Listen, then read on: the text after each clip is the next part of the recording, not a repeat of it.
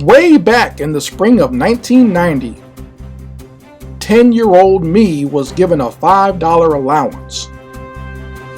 In search of something to spend my money on, I came upon something fantastic at my local convenience store newsstand. It was then that I started a lifelong obsession with the gold standard of sequential art, the comic book. Now, as an old man, I have decided to open up some old boxes and dig into my comic book collection. I decided it's time for me to review and analyze the illustrations and artists that made me comics crazy.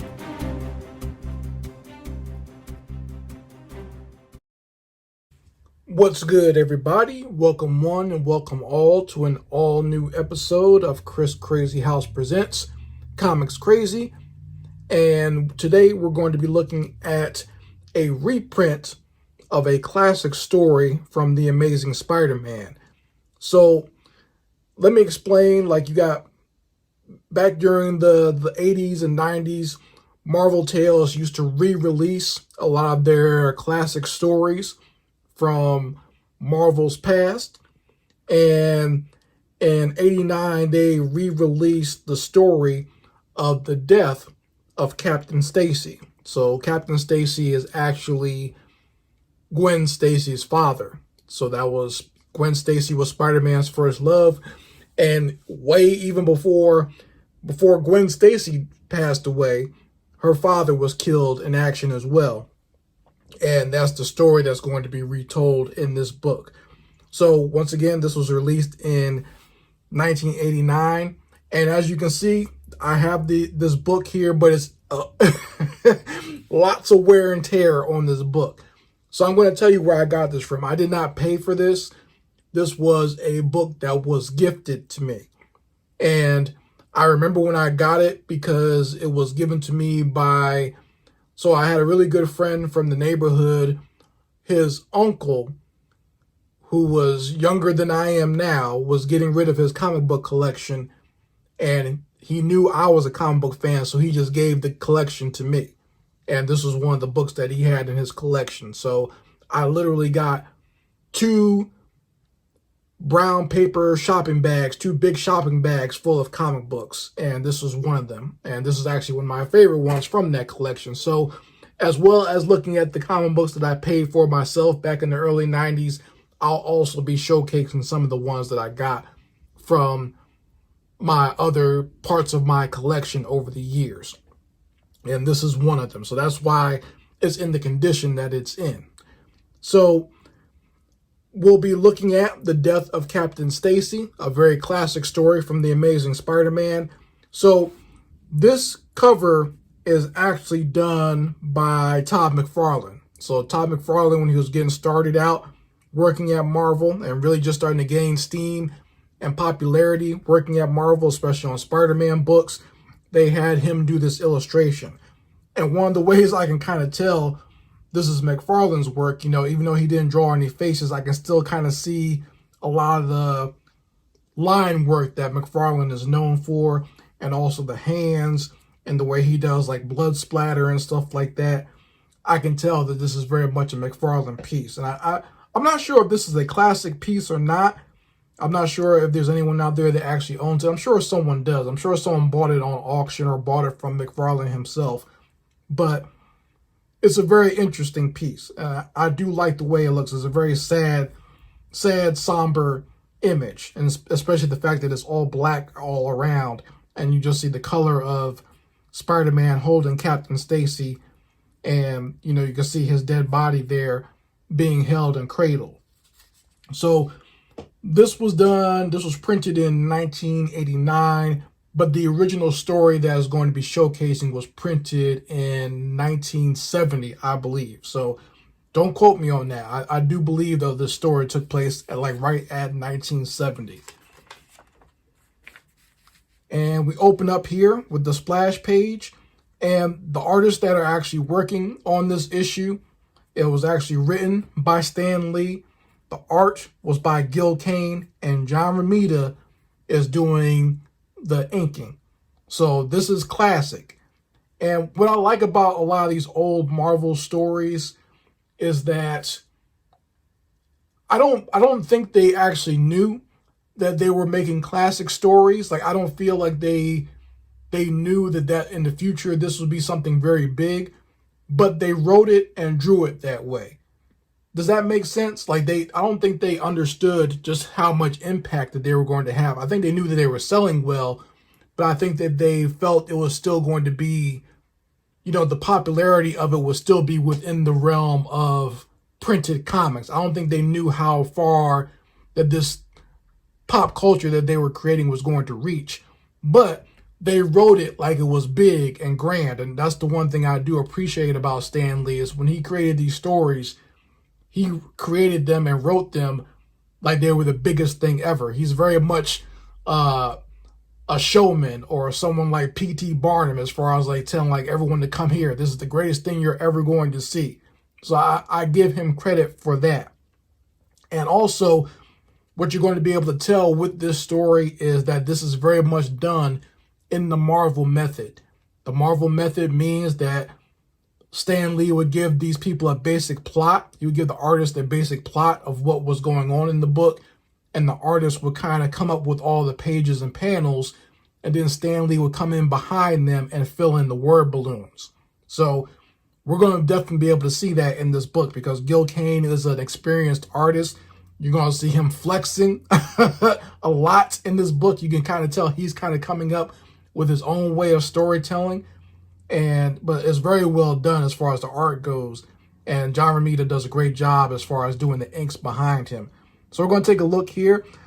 Great splash page to start off with. Spider-Man falling down the building to his death and being thrown down the building by Dr. Octopus. So right off the bat, we are brought right into the story, right into the thick of the action. I believe the other story, the last issue, it left off of a shot of Spider-Man falling down the building, and the arms of Dr. Octopus kind of throwing him. So we're getting a different shot of that right here. So this is what I mean by the flexing, okay? This, like Gil Kane, you can tell that he is illustrating his own narrative about how Spider-Man would escape something like this. Like, I don't have the original script. If anyone has the original script for this issue, I would very much like to see it, or like the original plot, I should say. And because I'm almost positive, because I know Stan Lee was writing a lot of plots for a lot of books at that time, I'm almost positive he probably just wrote the plot saying Spider-Man falls down the building and winds up saving himself from falling. It seems like this would be a very vague plot. And Gil Kane is the one that kind of came up with how Spider-Man escaped. And you can see, he's falling down, falling backwards, but he's able to twist his body around. He grabs onto Dr. Octopus's arms and uses that as a way to swing through the window.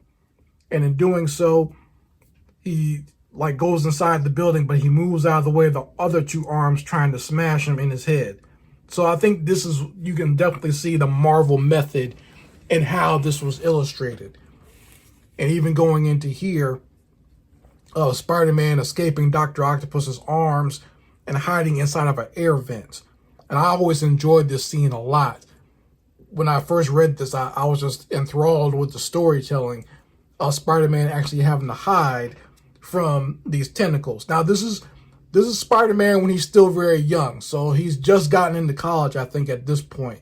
So Peter Parker is still very young and still very new at being Spider-Man. And Dr. Octopus has put a serious beat down on him in the last issue. Okay?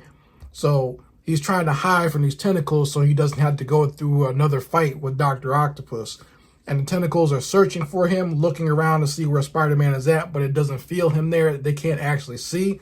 So they just decide to pull back and leave. And Spider-Man is thankful that he's safe, but he decides to put one of his spider tracers onto Dr. Octopus's tentacles so he can follow him later.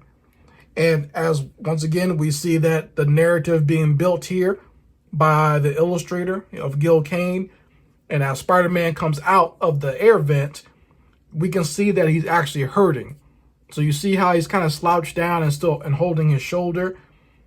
So even with that, there's a lot of visual storytelling. And this is great to see this done with a lot of classic illustrators and classic artists, because I think a lot of people miss that in a lot of their current illustrations or their current books, just kind of keeping with the continuity of Spider-Man got his behind whooped in that very last issue. So you want to make sure to showcase how he's hurting from being beat up by Dr. Octopus.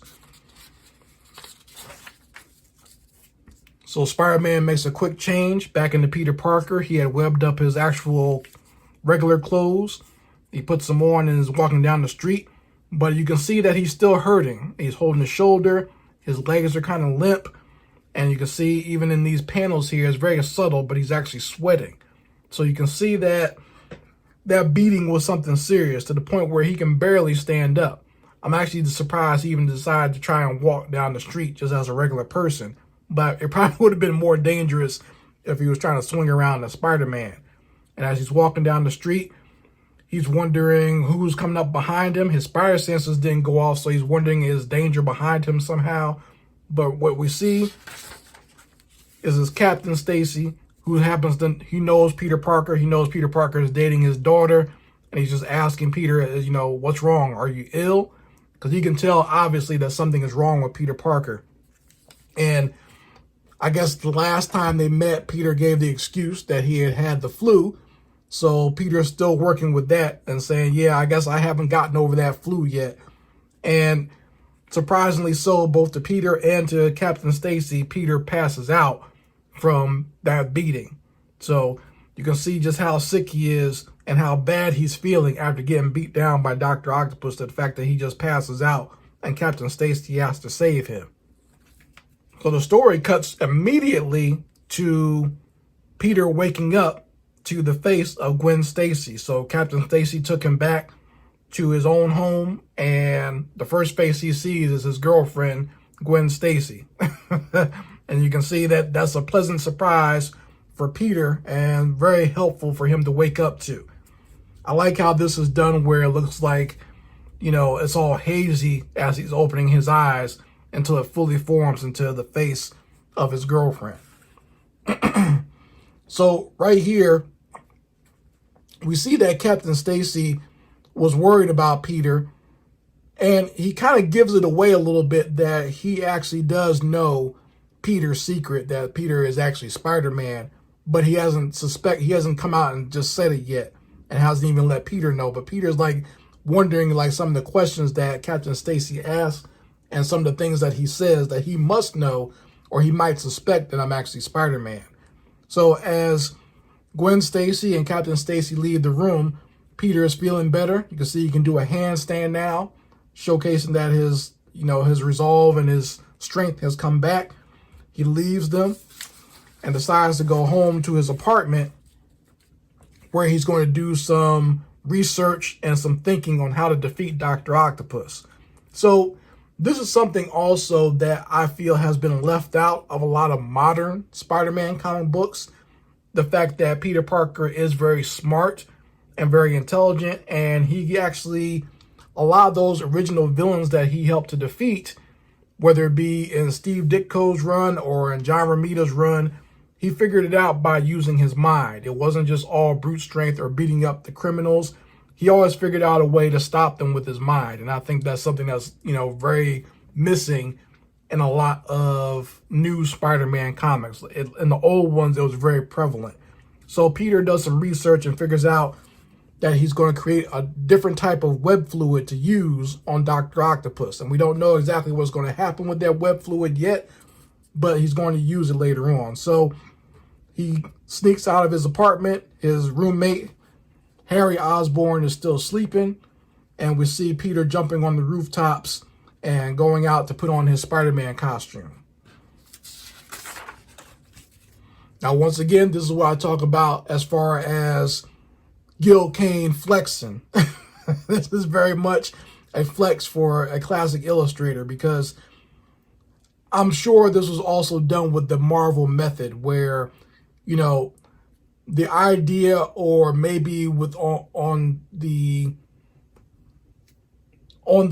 the script for this story probably was just Spider-Man searches for Dr. Octopus.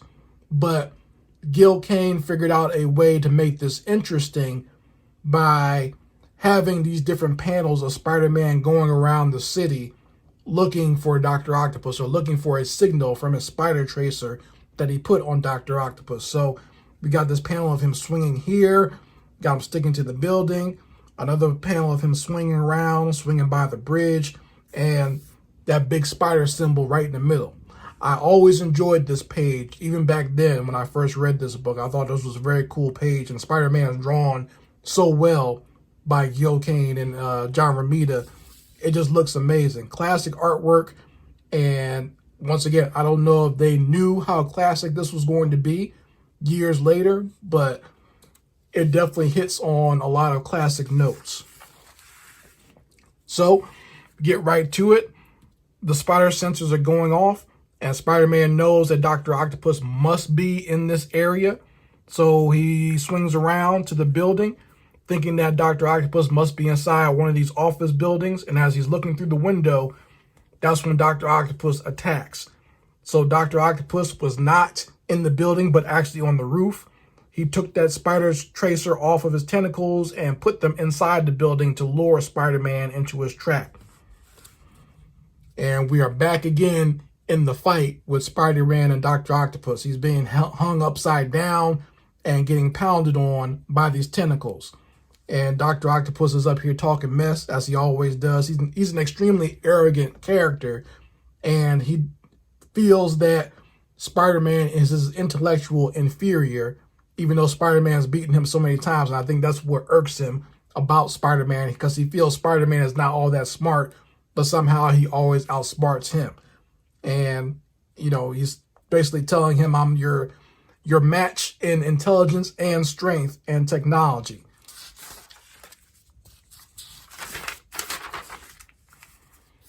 So we get a really great fight here as far as the design of this, the way the fight scene goes and the choreography of it. And once again, another thing that I feel is kind of missing from a lot of modern comic books, because a lot of modern comic books usually just focus on some of the small beats, or some of the, they go in real close in on the action, kind of like this panel right here. But I think with a lot of the classic illustrators, you get to see the fight a little bit better. Like, they make sure they have some wide angles too. So you got a wide angle here of Spider-Man being pinned up against this wall by the tentacles. Then you got some close-ups of him getting punched in the face. And then you got Spider-Man trying to move out of the way and pull away from the tentacles. So it's a good mix. It's not just one thing. And I think that's what makes a great fight scene in a comic book. Like, you have your wide shots like this, maybe even just a way of establishing where the characters are fighting. And then maybe you have a few close-ups here and there. Spider-Man uses his strength to pull free, and you see he's pulled away from the tentacles, and that's when he decides to enact his plan. This is where he starts shooting that special web fluid that he made at Dr. Octopus, his tentacles. So he gets one, and then he gets another one. So Dr. Octopus is wondering, like, what are you doing? Like, you already know that your little webbing can't hurt my tentacles and I can easily break it. But what happens is the web fluid that Spider-Man is using is interfering with the signals that Dr. Octopus's tentacles have with his actual nervous system and his brain. So now the tentacles are moving by themselves to the point where they're actually starting to attack each other. And now they're even starting to attack Dr. Octopus himself. So the tentacle turns around and winds up punching him in his own face. So once again, Spider-Man has somewhat outsmarted Dr. Octopus by using his new web fluid to mess with the tentacles. And Dr. Octopus himself is starting to freak out. The fact that the tentacles are going to hurt him. And the tentacles are going crazy. They're kind of just lashing out. One even hits Spider-Man in the face. And as the tentacles are swinging around and lashing about, they break down a chimney and destroy it completely. And the rubble from that chimney starts to fall off of the building And Spider-Man worries that it's going to hit an innocent bystander and actually sees a little boy right there on the spot about to be crushed by the rubble. But before that can happen, Captain Stacy is there trying to control the crowd, but he jumps into action and pushes the little boy out of the way, but not fast enough for himself. He saves the little boy, but winds up being crushed by the rubble. And Spider-Man notices this. So Spider-Man swings down, and we see Captain Stacy buried under that rubble. Spider-Man gets it off of him and listens to his chest to see if there's a heartbeat. And Captain Stacy is still alive, but just barely, after being crushed by that rubble. And Spider-Man decides to take him to an actual doctor. And of course, the people on the ground, once again, this is a young Spider-Man story. A lot of people still think he's a menace. They believe the stuff that's put out about him in the Daily Bugle. So they feel that the Spider-Man killed this man, and now he's taking his body away. So we see Spider-Man bring Captain Stacy up to the roof, and that's when Captain Stacy confesses that he knows that Peter Parker is Spider-Man, and he says, I need you to take care of Gwen now that I'm not going to be here. And Peter realizes that Captain Stacy knew his secret all along and didn't tell anybody. He kept Spider-Man's secret identity a secret. And right then, that's when Peter Parker breaks down and feels horrible that, Captain Stacy has passed away, and the fact that he couldn't save him, just like he couldn't save his Uncle Ben, and the woman he loves more than anything in the world, Spider-Man feels responsible for the death of her father. And that actually does come up later on, where Gwen Stacy herself actually hates Spider-Man, but doesn't know that Spider-Man and Peter Parker are the same person. So, great story. Ends on a sad note, but that's how classic stories sometimes end, on a sad note. But very well done, very well illustrated, and very well told by Stan Lee. He did a good job with the plotting and a great job filling in the word balloons later on. Because I can tell just by looking at some of these pages, especially the action pages, that Gil Kane was kind of coming up with his own layout of the story, and Stan Lee had to fill in exactly what was going on. Like, especially with this scene right here, where, Spider-Man is pinned up against this building fighting Dr. Octopus, and you kind of have two panels of him looking like he's trying to pull free.